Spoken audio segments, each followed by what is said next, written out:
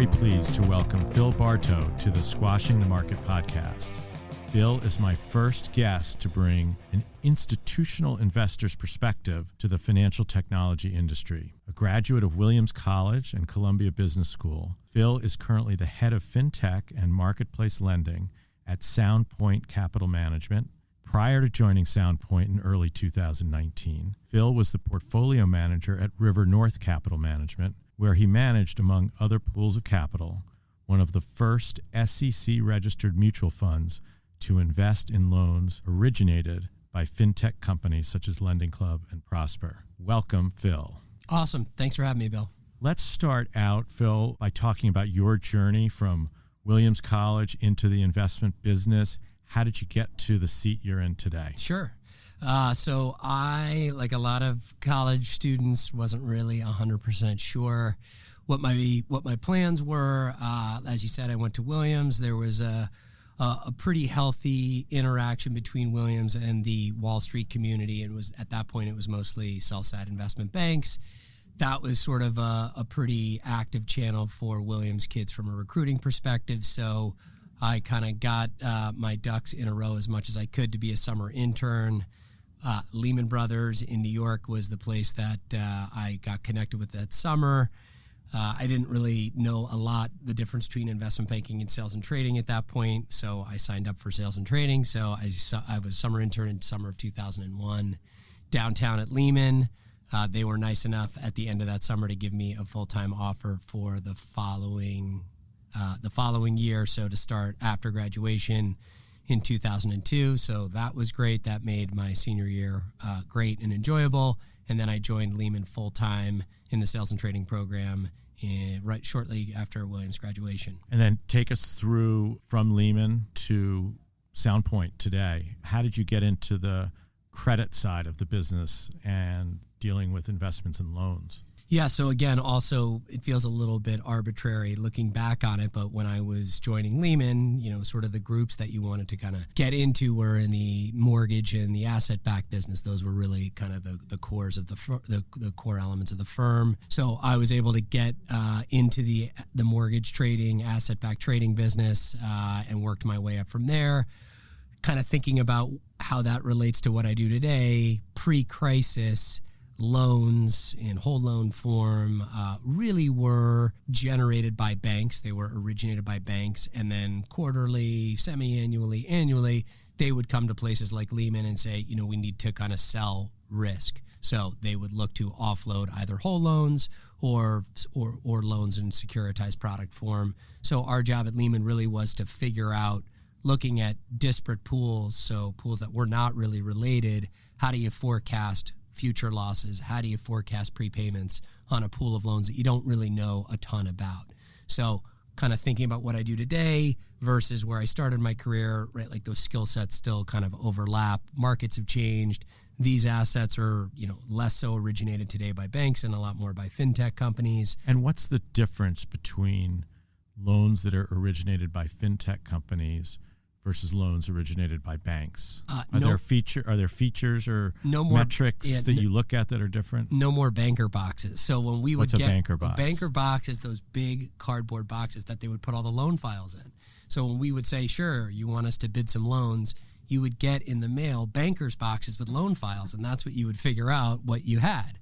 Right. So one thing that makes a lot of sense, obviously, when we think about fintech companies today is there's a lot of data. Hopefully, and that data is not transmitted in boxes anymore. It's transmitted over the internet. It's secure file transfer protocol is the way that typically gets done. But it really allows us to, as investment managers and people underwriting loans, you take big pools of data and you're able to use statistical analysis and data science to kind of harmonize data. You still have to do a lot of work to think about what future losses and what future prepayments might look like, but it is much more of a desktop exercise today than it was spreading out bankers' boxes in conference rooms. Why haven't the banks done this for themselves? Why aren't they more aggressive or forward-thinking about originating loans electronically?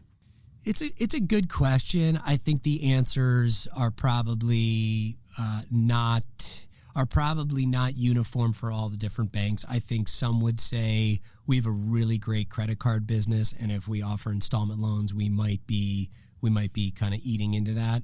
So maybe that's one cannibalizing your existing business. That's maybe one way to think about it.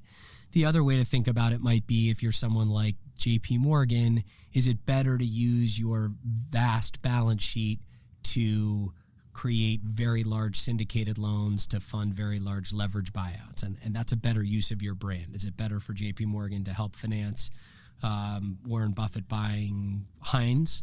Or is it better to make a bunch of $5,000 to $10,000 loans, which the headache can be relatively high? So that's not my decision, obviously, but my guess would be some combination of those factors with an overlay to all of that answer being, we are seeing more banks do this. So we are seeing banks create products and partner with fintech companies. So they're using these fintech companies as white label providers, or they just have forward flows. So when we kind of peel back the layers of what's going on today in marketplace lending and fintech, banks are a very big part of it.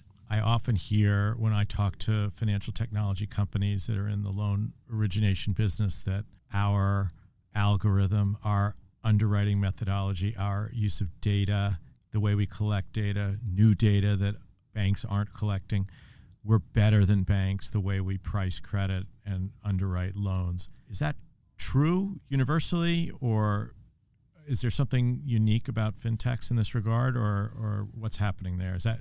I think the problem is a very difficult one to solve. So it's a moving target. The underwriting, the population is changing, the economy is changing, information is changing. So my starting point is, it's a really hard problem to solve. It's one people have been trying to work on for a very long period of time.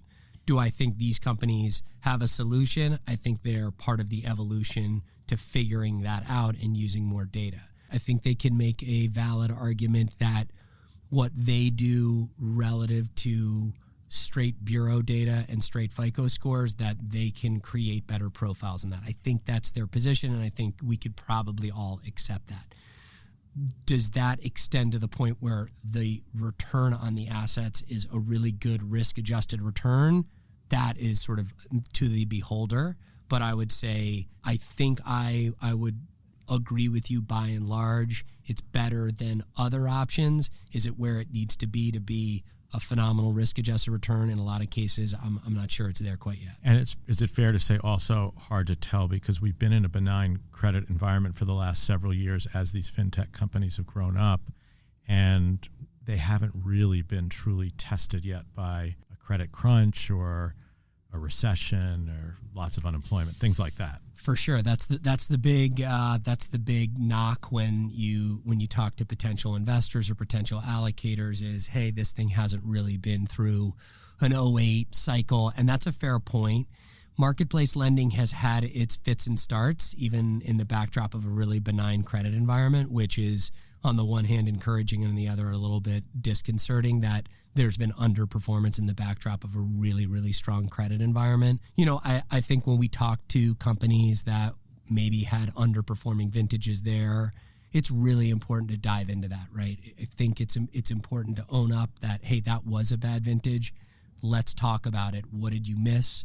What do you look at after the fact? What are the lessons learned, right? So while it might be a little bit painful, sitting here today thinking about potentially allocating or buying loans or securitizations, it's really important to say, show me your 16 and 17 vintages.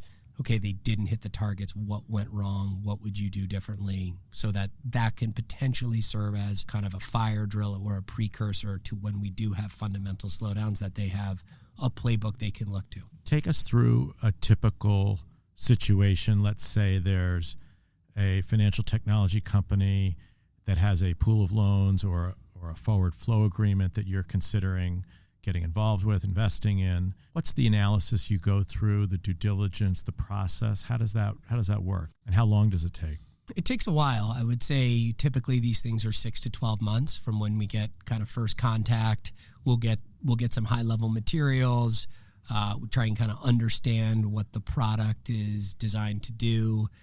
From there, we'll dive into performance, what's been the actual versus what's been projected. We will look at the unit economics of the product. So does the product make sense? Should it exist? Meaning if you have to pay many, many points in marketing just to get someone to take the loan and it's not terribly profitable, you run that forward a longer period of time. That's not a truly sustainable way to run your business. So that gets into customer acquisition costs. Exactly. Customer acquisitions costs are an enormous part of this. I think a lot of credit investors would say, why do I care? Right, because I'm just buying the loan. I'm not buying the loan, business. But again, it looks through, right? Like you have to have a holistic view. It looks through if that company is essentially overpaying in the market to get that customer through their acquisition costs, that's going to flow through over time into loan performance, meaning when they do try and lower that and no one really is taking the loan, right, like it's not a great fact pattern. So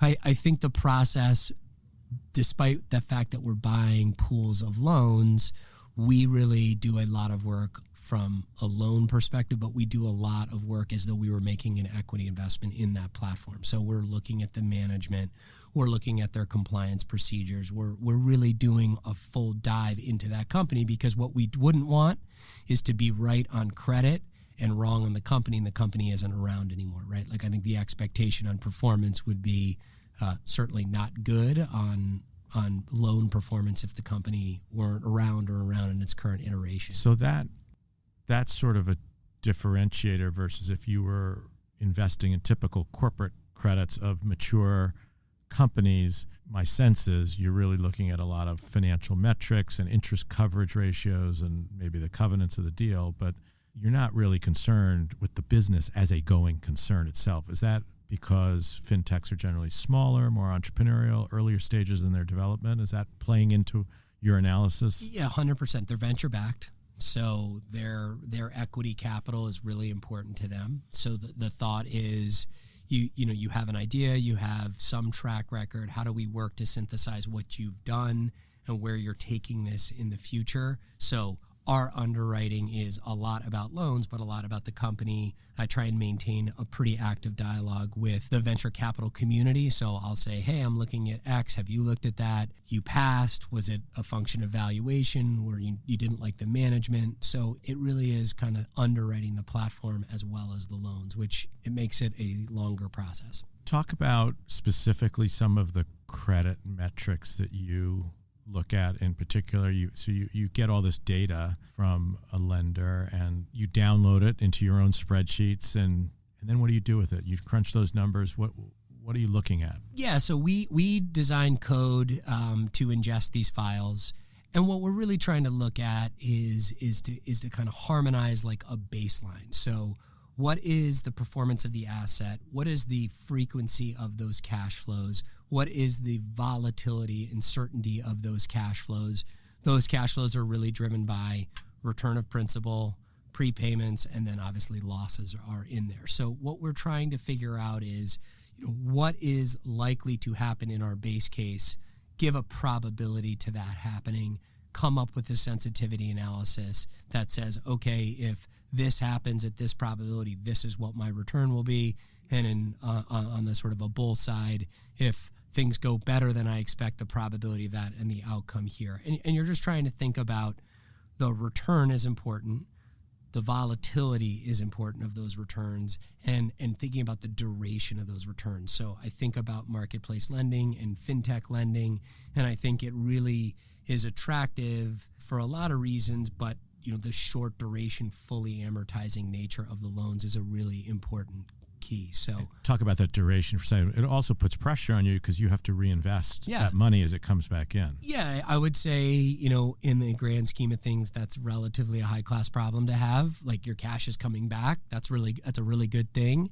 Loans are amortizing in that, typical loans are either most of these loans in the consumer segment are monthly pay. You'll get some bi-monthly pay, but you have a monthly set payment that includes a set amount of principal and a set amount of interest, and then you layer on top of that, virtually all of these loans are prepayable at par.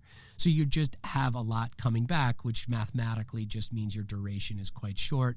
That is a contrast then to typical bond profiles where corporate bonds and treasuries, you get semi-annual coupons, and then 100% of your principal comes on maturity date. So if that company does well, it's a 10-year bond, and for 9 years they do great, and then they go bankrupt, you are going to lose all of your principal. You'll have gotten 9 years of coupons, but all of your principal. Whereas in an asset like this, if something were to go wrong on a 3-year loan, in year 3, I've gotten 2/3 of my principal and some interest. So I just have a lot less kind of value dollars at risk in that structure. Doesn't mean we can't have potential problems, and it doesn't mean that we generally seek risk without an exceptional return associated with it. But it just means from like a bond math perspective, the duration is short because we just get so much cash flow back. Fintechs have been attacking almost every sector of finance, whether it's real estate, consumer lending, small business lending, mortgages, kind of you name it. At this point, it's being disintermediated or disrupted by fintech companies. What are your favorite sectors right now? Where are you seeing the most compelling companies and compelling assets? You know, I think we have thought that the salary advance is novel and interesting, and that's something where you're a short-term worker or a part-time worker. Why should you wait for 2 weeks to get paid? That money's available. Is there a company that is willing to give you that pay, at the end of the night? You work a shift, you get paid at the end of the night, and then you can step in there. I think that's an interesting product. I think that's something where, again, not payday lending per se. Not payday lending, salary advance. Salary advance. Just want to make that clarification. So it would be the salary you would get. And can we just think about working with a company that will say, okay, we'll take it on and we'll pay you every day at the end of your shift, so you don't have to wait to the end of the 2 weeks or the end of the month. So it's more shifting cash flows than it is very different from payday lending for a variety of different reasons.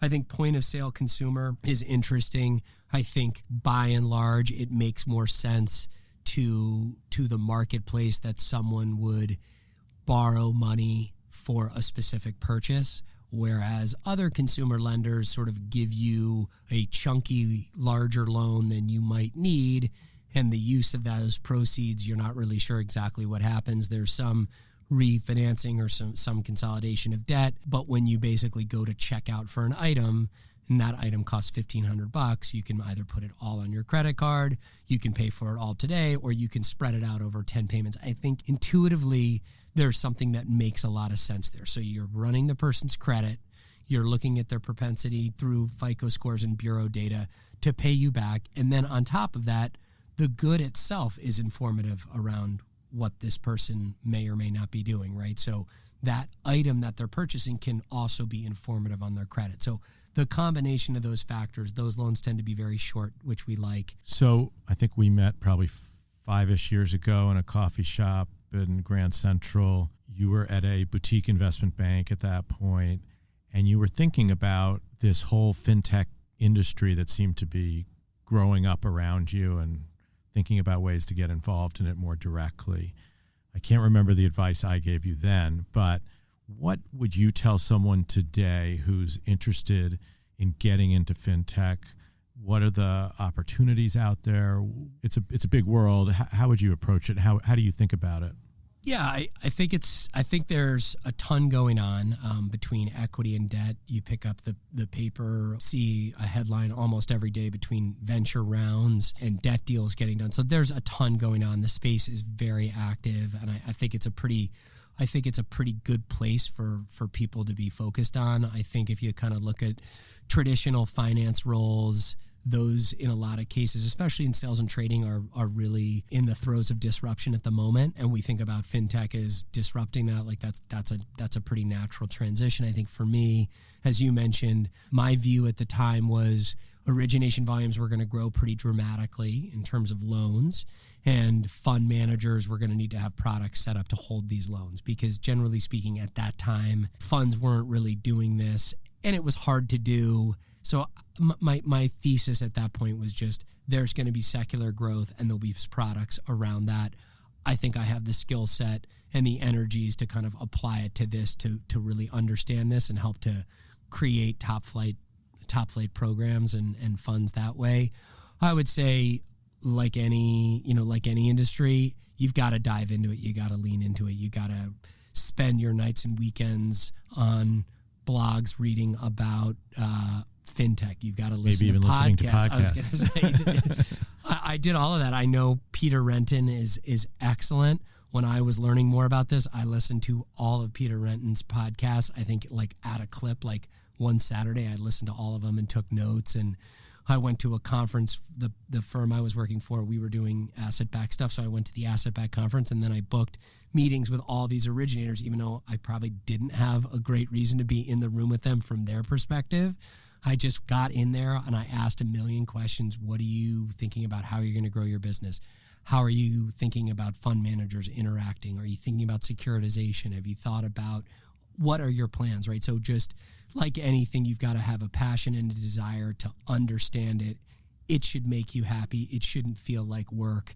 Researching, listening to this podcast, like that should be something that kind of gives you a little bit of that buzz, that you're really excited that you're learning something that you're passionate about. So kind of that's what I did. Roll up the sleeves. Yeah, and I think the opportunity is as robust today as it was in 2015 when maybe we first met, right? I mean, it's going to move and change in different ways, but I think it's still an area of the market that's growing and developing quickly.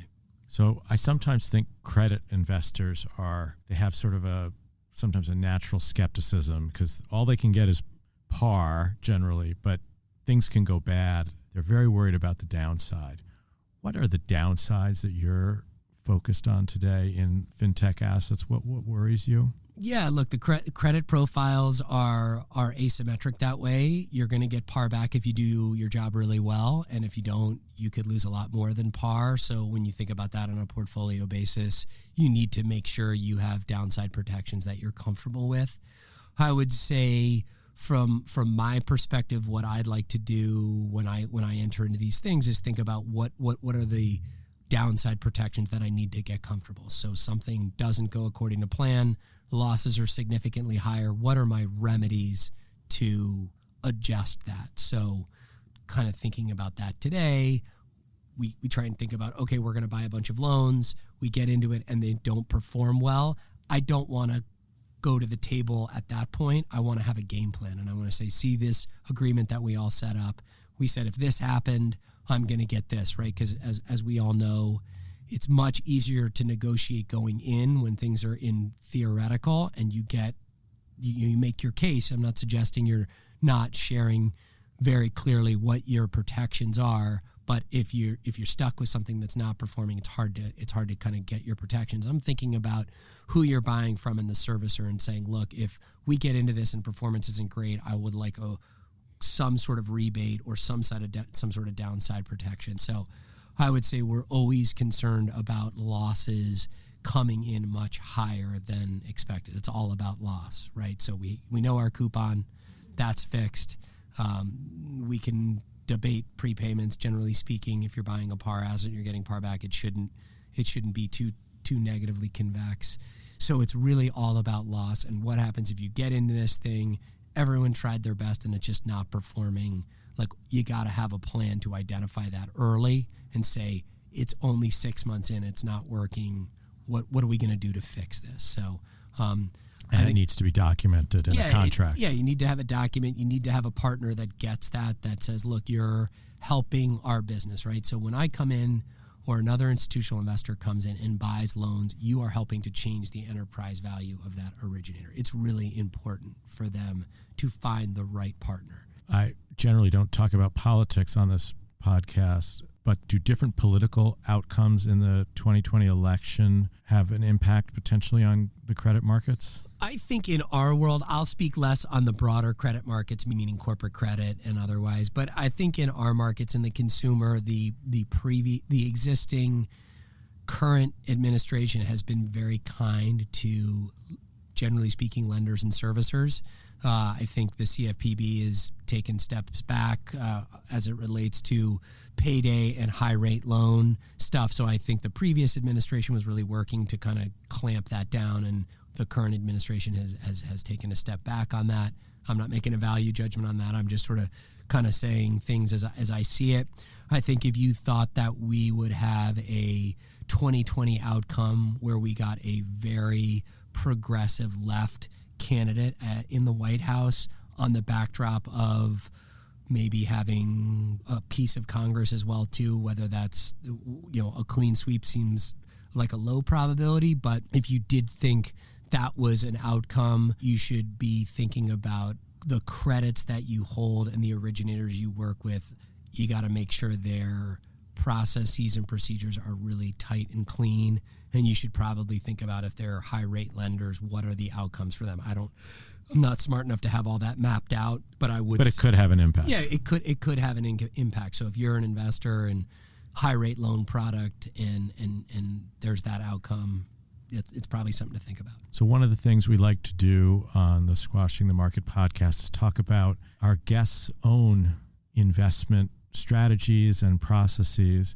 Talk a little bit, if you will, about the way you save and invest for the future. I know you're a relatively new parent, certainly compared to me. You're obviously thinking about the future for your family. How do you organize your investments? What are the processes you go through there? I really kind of think about it in three buckets, and those buckets are changing and moving over time. First bucket is my funds. So it's important that I invest a nice chunk of what I do into any fund I manage. I think that that's something I want to do, and it certainly resonates, I think, on both sides of the table when that happens. So one bucket is short duration, high income credit products. The second bucket is that model standard 60-40 portfolio. I have someone that helps me do that. It's ETFs and low fees. I'm trying to do I'm a big believer in like low fees for that stuff. So the market beta I'm getting is as low fee as I can get it in liquid stuff, right? So if I did have some drastic change and I needed some liquidity, my products can be less liquid, and then this is kind of my liquidity bucket. And then the last bucket is just one-off private deals that I think are interesting. I size them each pretty small so that they're not a huge part of what I do. It's kind of like my own venture portfolio. I think some will not work out well, some will kind of muddle along, and then some will do great. I think I see stuff through talking to the people that I'm talking to, again, the venture community and friends of friends. You just come across different things. Those profiles tend to not be fintech related because I have kind of exposure that way. So those are equity investments in logistics companies, tech companies, things internationally that I think are interesting. So the last thing we always do on the Squashing the Market podcast is what I call a lightning round. And what we do is I give you a pair of words. You choose one, and you don't need to say why. So, okay. Are you ready? Yep. Dividends or interest payments? I can't stump you already. Interest payments. Lending Club or Prosper? No comment. Cash flow or asset value? Cash flow. Growth or profitability? Profitability. Consumer loans or small business loans? Consumer loans. Square or Amazon? No comment. Data or gut instinct? Data. Self-driving cars or old-fashioned stick shift? Oh, self-driving cars. Hedge funds or mutual funds? No comment. You are tough. Last one, tennis or squash? Tennis. Phil Bartow, thank you very much. You've been a great guest on Squashing the Market. Thank you for having me. It was fun.